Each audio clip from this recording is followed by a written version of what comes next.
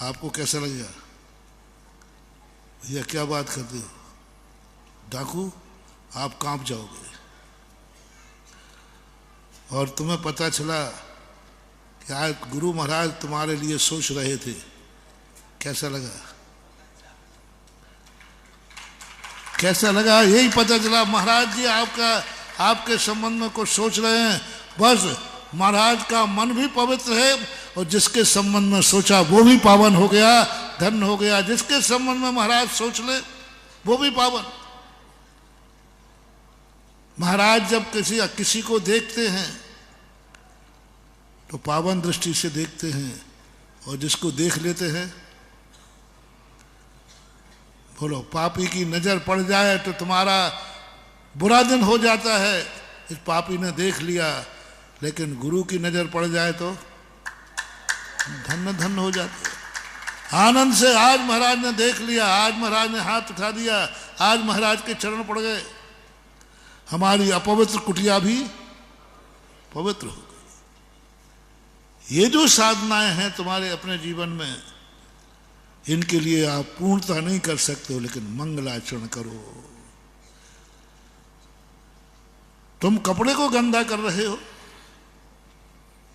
तुम जल को गंदा कर रहे हो।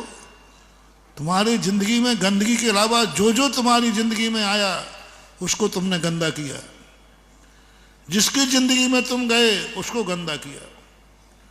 तुम्हारी जिंदगी में जो आया उसको गंदा किया, और तुम जिसकी जिंदगी में गए उसको भी तुमने गंदा किया। चलो पानी से लेते हैं। पानी स्वच्छ था, तुम्हारी जिंदगी में पानी आया, बोलो गंदा किया, गंदा हुआ या पवित्र हुआ? एक एक बूंद पानी को तरसोगे। तुम्हारे जब जब उसने तुम्हारे ऊपर उपकार किया, जब जब पानी तुम्हारी जिंदगी में आया, तुमने उसको गंदा कर दिया। तुम्हें नहाने आया, तुमने गंदा कर दिया। क्या करें? कौन व्यक्ति है जो जल उसकी जिंदगी में आए और उसको गंदा ना करे? कोई नहीं सकता। इसलिए आप ग्रस्त हैं। आप इतने पावन नहीं हो सकते कि आपकी जिंदगी में जल आवे, आपके शरीर पे जल पड़े और वो पवित्र हो जाए। आपके पैरों पे जल पड़े, वो पवित्र हो जाए। आपकी अंजलि में जल आवे, वो पवित्र हो जाए। ये क्षमता आप में नहीं है, इसलिए आप मंगलाचरण कीजिए। हम लोगों ने मंगलाचरण नहीं करते। हम मंगलमय काया को बना लेते हैं। इस शरीर पर जो जल गिरेगा वो भी पवित्र हो जाएगा। जो जो मेरी संगति में आएगा वो पवित्र हो जाएगा। जिसकी संगति में साधु जाएगा वो भी पवित्र हो जाएगा। रिपीट कर रहा हूं, साधु और भगवान सब, ये साधु एक कोटि में, पंच परमेष्ठी जिसकी जिंदगी में आएंगे, बोलो उसका विनाश होगा कि विकास, पवित्र होगा कि अपवित्र? जो ये पांचों परमेष्ठी जिसकी जिंदगी में जाएंगे, जिसकी जिंदगी में जाएंगे, वो पवित्र होगा कि अपवित्र? तुम हमारी संतशाला में आओगे तो बोलो तुम पवित्र होगे कि अपवित्र? जल्दी बोलते जाओ। और मैं तुम्हारे घर आऊंगा तो जल्दी बोलते जाओ। इसी का नाम है साधु।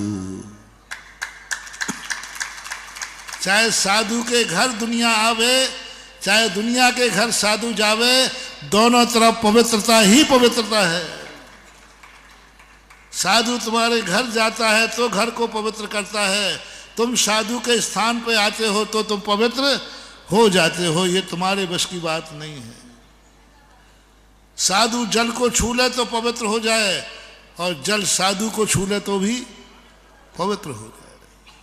दोनों तरफ पवित्रता ही है। वो चीज आप में नहीं बनेगी। इसलिए मैंने कल कहा था मंगलाचरण तुम करो, मंगलमय तुम्हारा बाद में बोले मंगलाचरण तो करो। तुम शरीर को पावन नहीं बना पाओगे, शरीर जब जब तुम्हारे पास आएगा वो गंदा होगा, और जब जब तुम शरीर को जल को गंदा बनाओगे, गंदा कहेगा मैं तुझे एक एक बूंद पानी को तरसा दूंगा, तूने मुझे गंदा किया है। मंगलाचरण करो।